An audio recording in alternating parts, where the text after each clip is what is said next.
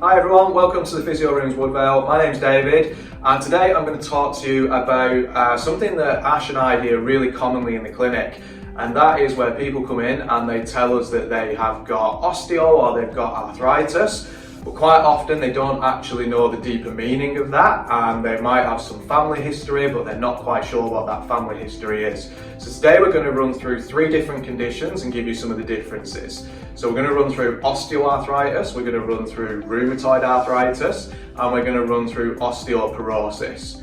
So let's start with osteoarthritis. Osteoarthritis typically affects the cartilage of more weight-bearing joints in your body. So usually knees and hips are the main culprits. For this one, usually you'll need an X-ray to confirm a diagnosis. Obviously, that usually needs to go through your GP. But what should be noted is that often the rates of osteoarthritis on imaging can be quite high, but symptoms don't necessarily correlate very well with what you find on a scan. So it's really important that you interpret those scan findings with a little bit of caution and put it into context with your clinical symptoms as well. That's where coming to see a physiotherapist or chatting through with your GP can be extremely useful to give you some of that context to put into place.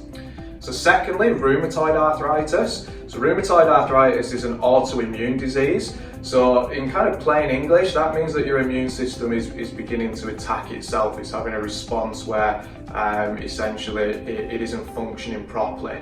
Now, rheumatoid arthritis will typically affect the peripheries first.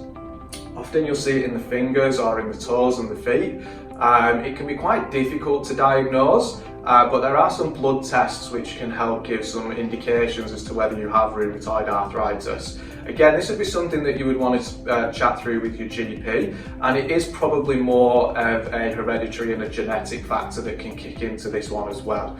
The good thing is you can still exercise with it and you can still do lots with it, but it is a very different process to osteoarthritis, which we mentioned a moment ago. Finally, osteoporosis. So osteoporosis is actually an issue with bone density. Now again, this requires a specific investigation, essentially a bone density scan, which can be arranged through your GP or a health professional. And essentially, if you are found to have a bone density that comes under a certain classification, you can be diagnosed with osteoporosis. Now, some of you may have heard also of osteopenia. This is almost a middle category where you don't quite have low bone density to be diagnosed with osteoporosis, but it's a middle category that we can place you into. Great thing about osteoporosis is there's lots of things that you can do for it, including supplements to your diet, plus exercise is a fantastic way to improve your bone density.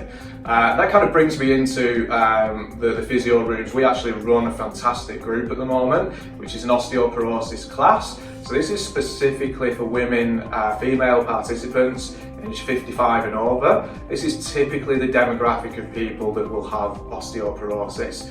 So if that's something that you'd be interested in learning more about, please feel free to give us a call on 9309 5805, and you can ask to speak to myself. I'd be glad to have a chat to you about what that class consists of.